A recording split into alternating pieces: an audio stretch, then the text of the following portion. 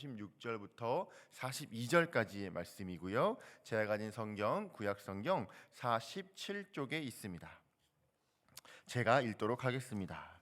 야곱이 노하여 라반을 책망할세. 야곱이 라반에게 대답하여 이르되 내 허물이 무엇이니까? 무슨 죄가 있기에 외삼촌께서 내 뒤를 급히 추격하나이까? 외삼촌께서 내 물건을 다 뒤져보셨으니 외삼촌의 집안 물건 중에서 무엇을 찾아내셨나이까?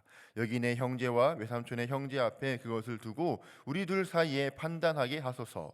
내가 이 20년을 외삼촌과 함께 하였거니와 외삼촌의 암양들이나 암염소들이 낙태하지 아니하였고 또 외삼촌의 양떼 순양을 내가 먹지 아니하였으며 물려 찢긴 것은 내가 외삼촌에게로 가져가지 아니하고 낮에 도둑을 맞았든지 밤에 도둑을 맞았든지 외삼촌이 그것을 내 손에서 찾았으므로 내가 그것을 스스로 보충하였으며 내가 이와 같이 낮에는 더위와 밤에는 추위를 무릅쓰고 눈붙일 겨를도 없이 지냈나이다.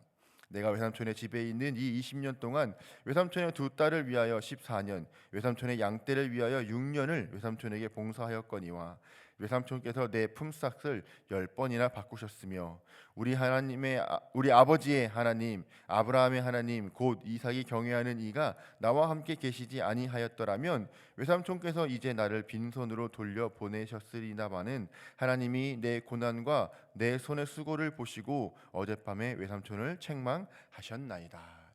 아멘. 우리는 예수님을 부를 때 주님이라고 부릅니다. 이 주님이라는 말은 예수님 당시에 종이 주인을 부를 때에 사용하는 표현이었습니다. 주인은 종의 모든 권리를 가지고 있었고 종에게는 자기 자신에 대한 권리가 없었지요. 야곱은 외삼촌 라반에게 마치 종과도 같이 매여 있었던 삶을 살고 있었습니다. 라반은 야곱의 아내가 된 두 딸을 빌미로 20년에 걸친 세월 동안 야곱에게 헌신을 하며 섬기도록 했습니다. 자신의 사위이기도 했던 야곱을 라반은 가족으로 대했는지조차 의문이 들 정도입니다. 그는 두 딸에게조차도 인격적으로 대하지는 않았던 것 같습니다. 그렇기에 남편 야곱이 먼 길을 도망가자는 계획을 알렸을 때에 즉시로 동의하고 함께 그 길을 떠나기로 했던 것이지요. 야곱이 라반을 20년 동안 헌신하며 그를 믿었지만 그 결과는 늘 야곱에 대한 배신의 연속이었습니다. 그때 하나님께서 야곱을 불러 주십니다. 야곱은 라헬에게 빠지고 라반에게 속아서 살아온 20년 동안 하나님은 항상 뒷전에 있었지만 하나님은 그런 야곱에게 나타나셔서 야곱의 원래 자리로 다시 되돌려 놓으시려고 하십니다. 가짜 주인인 라반은 야곱을 철저하게 이용하고 자신의 이득만을 취하려고 했습니다. 그러나 참 주인 되시는 하나님께서는 야곱을 결코 잊지 않으셨고 라반으로부터 보호하셨습니다. 그리고 이제는 그의 삶에 새로운 일들을 행하시려고 하시고 있으시죠. 그렇습니다. 이 하나님은 오늘 우리의 삶 가운데도 동일하게 찾아와 주시고 동일하게 우리의 삶을 우리의 삶 가운데 당신의 일들을 해 나아가십니다. 세상은 우리를 계속해서 속박하고 올가매려고만 합니다. 세상은 우리가 걷는 이 제자의 삶을 부정하고 배신하지요. 우리는 세상을 살면서 억울하고 기가 막힌 일들을 당할 때가 한두 번이 아니기도 합니다. 그런 상황에 처하게 되면은 억울하고 분한 마음이 들어서 밤을 지새우며 울기도 하지요. 그러기에 우리는 오늘 하나님께 주신 이 말씀을 단단히 붙잡고 주님의 말씀에 의지하여서 이 세상 가운데 나아가셨으면 좋겠습니다. 오늘 저는 여러분들과 함께 뒤로 물러서지지 않은 하나님이라는 제목으로 함께 은혜를 나누고자 합니다. 라반의 추격을 받은 야곱은 죽음과도 같은 이 위기에 처하게 됩니다. 그러나 하나님의 개입으로 야곱은 그 위기를 아주 모면하게 되지요. 그런데 한 가지 야곱이 생각지 못한 일이 있었습니다. 그것은 바로 그의 아내 라헬이 한 일이었죠. 라헬이 라반에게서 드라빔을 훔쳐 나왔고 그것 때문에 또 다른 위험에 빠지게 되지만 그건 역시도 하나님의 도움으로 무사하게 지나가게 됩니다. 그때 그동안 참고 있었던 이 야곱의 분노가 아주 쏟아져 나오게 되지요. 36절과 37절 말씀은 이렇게 기록을 합니다. 제가 우리말 성경으로 읽겠습니다. 야곱이 화가 나서 라반에게 따지며 그에게 말했습니다. 제게 무슨 잘못이 있고 또 제게 무슨 죄가 있다고 외삼촌께서 불길같이 저를 추격하신 것입니까? 외삼촌께서는 제 물건들을 다 지져보셨습니다. 외삼촌의 집에 속한 물건을 찾으셨습니까? 여기에서 그것을 외삼촌의 형제들과 제 친족들 앞에 내놓아 보십시오. 그것이 우리 둘 사이에 판단할 수 있게 말입니다. 아멘. 라반이 드라빔을 찾기 위해서 야곱의 온 집안을 수색했지만 드라빔을 발견하지 못했습니다. 그리고 그렇게 죄인을 취급받았던 야곱은 이제 입장이 바뀌어서 라반을 책망하기 시작을 하죠. 하나님께서 라반에게 나타나지 않으셨다라면 야곱은 꼼짝없이 외삼촌인 라반에게 당할 수밖에 없었을 것입니다. 그러나 야곱은 오늘 본문에서 담대하게 라반을 책망하기 시작하죠. 사실 야곱은 지금까지 라반에게 대들지 못했었습니다. 아니요, 대드는 것이 아니라 반항조차 불평조차 하지 못했습니다. 오직 그가 시키는 대로 일만 해왔을 뿐이었죠. 왜냐하면 그동안 야곱이 라반에게 느끼는 감정은 두려움이었기 때문입니다. 라반의 부당한 대우에도 그 부당한 말조차 할 수 없었던 것은 야곱은 라반에 대해서 두려운 마음을 가지고 있었기 때문입니다. 그래서 야곱은 31절 말씀에 라반에 대한 이 두려움의 감정을 토로합니다. 31절은 이렇게 얘기합니다. 야곱이 라반에게 대답해 말했습니다. 저는 외삼촌께서 외삼촌의 딸들을 강제로 제게서 빼앗아 갈까 봐 두려웠습니다. 아멘. 그런데요, 그런 그의 삶에 두려움 가운데 빠져 있어서 결코 어떠한 반항조차 하지 못하고 있었던 그 야곱의 삶, 두려움과 억눌림에 이겨지기만 했던 그의 삶에 하나님께서 주권적으로 찾아와 주시고 오늘 새 일을 해 주고 계십니다. 하나님께서 두려움 가운데 떨고 있는 야곱을 만나 주시고 내 조상의 땅, 내 친족들에게 돌아가거라. 내가 너와 함께 하겠다라고 야곱에게 말씀하여 주셨고 그 발걸음을 인도해 가 계시고 있는 것이지요. 야곱은 마침내 아브라함의 하나님, 이삭의 하나님을 기억하게 되었고 그 하나님을 믿게 되었습니다. 그리고 그 믿음은 야곱으로 하여금 이제는 이전과는 다른 삶으로 살아가게 이끌어 주고 있는 것이죠.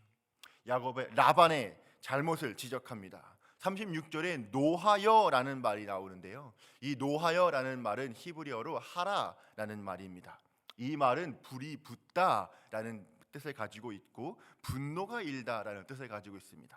따라서 이 말은 야곱은 불이 붙는 것과 같은 분노를 느꼈다라는 것이지요. 라반이 드라빔을 찾지 못하여서 야곱이 의심받는 것에 대한 억울함, 그리고 그동안 그가 살아오면서 삶에 대해 느꼈던 그런 분노가 치밀어서 라반에게 따지고 묻기 시작한 것입니다. 실제로 라반 밑에 있었던 야곱의 삶은 매우 피곤했고 위험하였으며 아주 감정적으로 소모되는 삶을 살아왔던 것을 보게 됩니다. 40절에서는 야곱 스스로가 자신의 고된 삶을 이렇게 이야기를 합니다. 낮에는 너무 뜨거워 견디기가 힘들고 밤에는 너무 추워서 제대로 잠도 잘 수가 없이 지낸 게 제 처지였습니다 라고요. 그런데요, 그게 다가 아닙니다. 외삼촌이자 장인인 라반은 매우 야박한 사람이기까지 했던 것으로 보입니다. 목동이 그 당시에 양을 치다가 보면은 가끔 사나운 짐승에 의해서 양이 죽기도 합니다. 또는 목동이 광야에서 양을 치다가 생존의 위협을 느끼게 된다면, 먹을 것이 없다면 양을 잡을 수도 있었습니다. 그런데 그 당시의 관습으로는 그렇게 들짐승에게 물려 죽은 양들 또는 생존을 위해 희생된 양의 값을 목동에게 변상하지 않도록 되어 있었습니다. 그러나 라반은 야속하게도 야곱에게 변상을 요구하였던 것이죠. 참 야박한 인물이기도 합니다. 또 41절에 보면은 10번이나 넘게 품삯을 다르게 주었다라고 이야기를 합니다.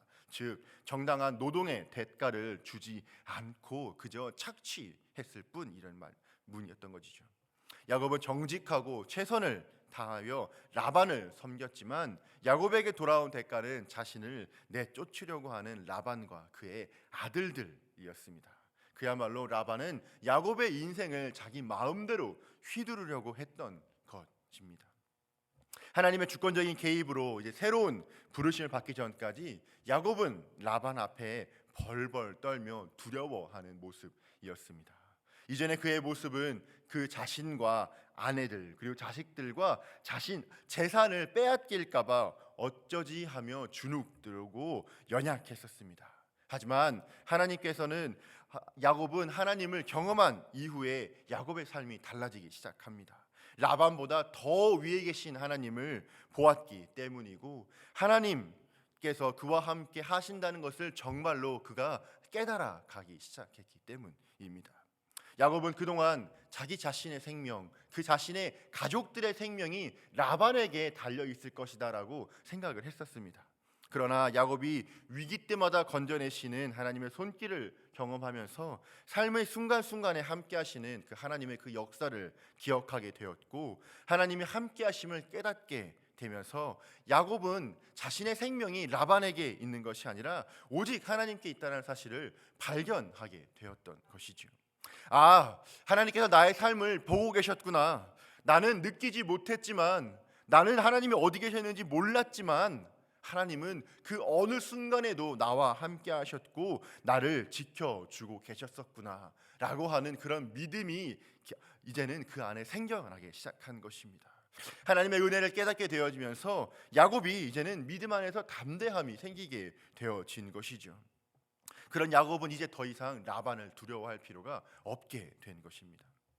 사랑하는 여러분, 우리가 제자의 삶을 살아가다가 보면은 우리를 두렵게 만들고 우리를 끌려다니게 만들 것 같은 내 인생의 라반을 만나게 되기도 합니다. 돈이나 학업 또는 직업이나 사람 관계 등 우리의 삶의 여러 가지 영역 안에서 우리를 붙잡아 두려 하고 우리를 올가매려고 하고 우리를 하나님이 아닌 그 어떠한 것으로 뒤흔들려 하는 것들을 우리는 제자의 삶을 살아가다 보면 경험을 하게 됩니다. 하지만 결코 그러한 것들이 우리의 주인이 될 수는 없으며 우리의 마음을 가지고 이래저래 휘두를 수는 없습니다. 오직 여호와 하나님만이 우리 호흡의 주인이 되어주시며 우리 삶의 주관자가 되어주실 것입니다. 야곱에게 주신 믿음의 담대함이 오늘 우리의 삶 가운데 함께 하였으면 좋겠습니다. 우리가 깨닫지 못한다 할지라도 우리가 하나님을 보지 못하였다 할지라도 하나님은 그 어느 순간에든 우리를 떠나지 아니하였고 우리에게 늘 은혜를 주셨으며 그 하나님께서는 우리의 미래를 또한 이끌어 가실 줄을 오늘 하루 그런 풍성한 믿음이 있었으면 좋겠습니다. 돈, 사람, 외모가 내 인생을 결정하는 것이 아니라 내 인생의 마스터키, 내 삶의 이 방향대를 주님께 맡기는 귀한 오늘 하루가 되시기를 진심으로 소망합니다. 야곱은 아브라함의 하나님, 곧 아버지 이삭이 경외하는 하나님이 자신과 함께 하셔서 자신이 빈손으로 귀향하지 않게 되었다라고 말을 합니다. 라반의 집에서 이 일을 하는 20년 동안 하나님이 항상 자신과 함께하며 자기를 지켜주었다라고 고백을 하죠. 오늘 42절 말씀에는 이렇게 기록을 하고 있습니다. 제 아버지의 하나님 아브라함의 하나님 곧 이삭이 경외하는 분께서 저와 함께하지 않으셨다면 외삼촌께서는 분명히 저를 빈손으로 보내셨을 것입니다. 그러나 하나님께서는 제가 고난당한 것과 제가 수고한 것을 보시고 어젯밤에 외삼촌을 꾸짖으신 것입니다. 아멘. 빈손이 될 뻔한 자신의 20년 삶을 하나님께서 보상해 주셨다는 것을 알게 되었습니다. 또한 야곱이 보았던 것은 할아버지 아브라함 때부터 함께 하신 하나님께서 여전히 자신의 삶에도 자신의 인생에도 모두 구체적으로 살펴보시고 인도하고 계신다는 것을 야곱은 깨닫게 되었습니다. 하나님이 함께 하시는 자신과 가족들을 그 무엇으로부터 안전할 것이라는 믿음이 생겨나게 된 것이지요. 야곱은 고향 땅으로 아내와 많은 자녀 그리고 재산까지 가지고 갈 수 있게 된 것이 결코 우연이 아니라 사람들이 흔히 말하는 운이 좋은 것이 아니라 하나님께서 함께 해주셨고 보호해 주셨으며 모든 것들을 주님께서 인도해 주셨다라는 그 믿음을 이제는 야곱이 갖게 되었다라는 것입니다. 사실 이전에 베델에서 하나님은 야곱과 함께 있겠다고 약속해 주셨습니다. 형 에서로부터 도망을 치고 베델에서 하나님을 만나고 그리고 제단을 쌓았던 그날 밤이었죠. 창세기 28장 15절은 이렇게 그 일을 기록을 합니다. 내가 너와 함께 있을 것이며 내가 어디로 가든지 너를 지켜주겠다. 그리고 너를 이 땅으로 다시 데리고 오겠다. 내가 너에게 약속한 것을 다 이룰 때까지 너를 떠나지 않겠다. 아멘. 그렇습니다. 이 약속을 하신 하나님이 본인 스스로께서 주권적으로 야곱의 삶을 개입하셔서 하나님 본인이 이 약속을 이루시기 위해 야곱의 삶에 다시 한번 개입해 주시는 것입니다. 야곱은 잊었던 이 약속을 기억해 냈을 것입니다. 떠났던 그날 밤, 비참한 도망자의 신세가 되었던 밤, 나를 찾아왔었던 그 하나님, 그리고 나를 지켜주겠다고 하시고 나를 보호하시고 다시 나를 돌아오게 만들게 하시겠다는 그 하나님의 약속을 야곱은 기억해 냈을 것입니다. 그러면서 하나님께서 자신의 수고와 고난을 살펴보시고 또 자신의 삶을 감찰하셔서 이제는 라반의 속박으로부터 구출하시려는 것임을 알았을 것입니다. 그렇습니다. 하나님은 결코 우리를 내버려 두시는 분이 아닙니다. 우리는 우리는 다른 어떤 것이 아닌 하나님 앞에 살아가는 존재들입니다. 하나님 우리의 수고와 헌신을 통해서 일하시고 또 때때로는 그렇지 아니한다 할지라도 하나님의 주권적인 개입하심으로 우리의 삶을 이끌어 가게 되어지는 것이지요. 뿐만 아니라 그 안에서 하나님은 우리의 성실과 수고에 합당한 은혜를 베풀어 주시는 것이 우리의 은혜로우신 하나님이라는 분입니다. 우리의 믿음의 주인이신 예수님께서도 손해를 보든 사람들이 박수를 치든 결코 휘둘리지 아니하셨습니다. 자신의 소명과 사명의 길을 묵묵히 걸어 나아가셨었지요. 많은 기적과 이적으로 수많은 사람들이 예수님을 왕으로 세우려고 했지만 예수님은 그런 부귀와 영화를 누리는 것에 또한 결코 휘둘리지 아니하셨습니다. 오직 하나님 앞에서 하나님께서 원하시는 그 자리에 머물러 있었을 때에 결국 예수님은 십자가의 길을 걸어가심으로 우리에게 영원한 생명을 주시며 우리에게 천국과 우리에게 성령님을 선물로 주시게 되었습니다. 결국 우리의 삶은요, 내가 지금 서 있는 곳이 어디에 있든지 하나님을 의식하며 하나님 앞에서 살아가는 우리의 삶의 태도가 필요합니다. 우리가 살아가는 그곳이 궁궐이든 초막이든 산이든 강이든 어느 것이든지 내가 함께하는 곳이 바로 하나님이 함께하시고 하나님이 나와 동행하신다라고 하는 그 하나님 의식이 우리에게는 필요한 것이죠. 사랑하는 여러분, 우리가 기억해야 할 것은 맡겨진 삶의 자리에서 또 내게 주어진 삶의 영역에서 하나님께서 하나님께 하듯 삶의 자리에서 우리가 최선을 다해 삶을 살아야 한다는 것입니다. 그럴 때 하나님께서는 우리의 삶의 억울함을 찬양으로, 비참함을 회복하심으로, 또한 빈손을 풍성하심으로 바꾸어 주실 것입니다. 그리고 그러한 하나님의 은혜를 우리는 경험하고 우리가 그분 앞에 엎드릴 수밖에 없을 것입니다. 오늘 하루도 하나님을 늘 의식하는 하루가 되었으면 좋겠습니다. 우리에게 주어진 오늘의 이 삶을 신실하게 하나님에게 매달려 있으며 그분으로부터 영향을 받고 그분 안에 우리가 깊게 뿌리를 내리며 성령의 놀라운 열매들을 맺는 그런 아름다운 삶을 살아가는 우리 성도님들이 되시기를 소망합니다. 아름다운 예술 작품들도 처음에는 다듬어지지 않은 재료들에 불과했습니다. 세상에서 가장 비싼 보석 중에 하나인 다이아몬드도 처음에는 정말 볼품없는 돌멩이에 지나지 않았는데요. 하지만 예술가에 의해서 그 재료가 위치가 정해지고 색칠되고 또 표현되어진다면 또 세공사에 의해서 돌덩이에 불과했던 이 다이아몬드 원석이 잘려지고 다듬어지면 가치 있는 훌륭한 예술품이 되고 아름답고 좋은 보석이 만들어지게 됩니다. 오늘 우리가 본 야곱도 다이아몬드 원석처럼 투박하고 매끄럽지 못한 모습이었지만 하나님께서 그의 삶을 다듬어 주시고 그의 삶을 가꿔 주시고 훈련하고 연단하셨을 때 아름다운 삶의 모습으로 인도하는 것들을 우리는 보게 되어집니다. 그의 타향살이는 환경적으로 열약했고 힘들었습니다. 하지만 하나님은 당신의 주권적인 은혜와 손길로 야곱을 만나 주셨고 야곱을 함께 하셨으며 그의 삶을 이끌어 가셨습니다. 그리고 성실하게 살아온 야곱에게 큰 복을 내려 주었죠. 우리가 걷고 있는 이 믿음의 여정길에 우리를 영원히 사랑하시고 보호하시고 우리의 삶을 이끌어 가시는 그 하나님의 손길을 경험하는 우리가 되었으면 좋겠습니다. 그분 앞에, 그리고 그분께 주시는 그 은혜 앞에 우리가 우리의 믿음을 그분께 다시 내어놓으며 우리의 삶을 주님의 은혜로, 주님의 소망으로 가득 채웠으면 좋겠습니다. 우리가 따르고 순종할 진짜 주인은 하나님입니다. 그리고 그것들을 우리가 확신하며 믿음의 발걸음을 힘차게 오늘 하루 내시는 우리 성도님들 되시기를 권면합니다. 함께 기도하겠습니다. 은혜와 자비가 풍성하신 하나님, 오늘 우리의 삶 가운데에 찾아와 주시기를 소망합니다.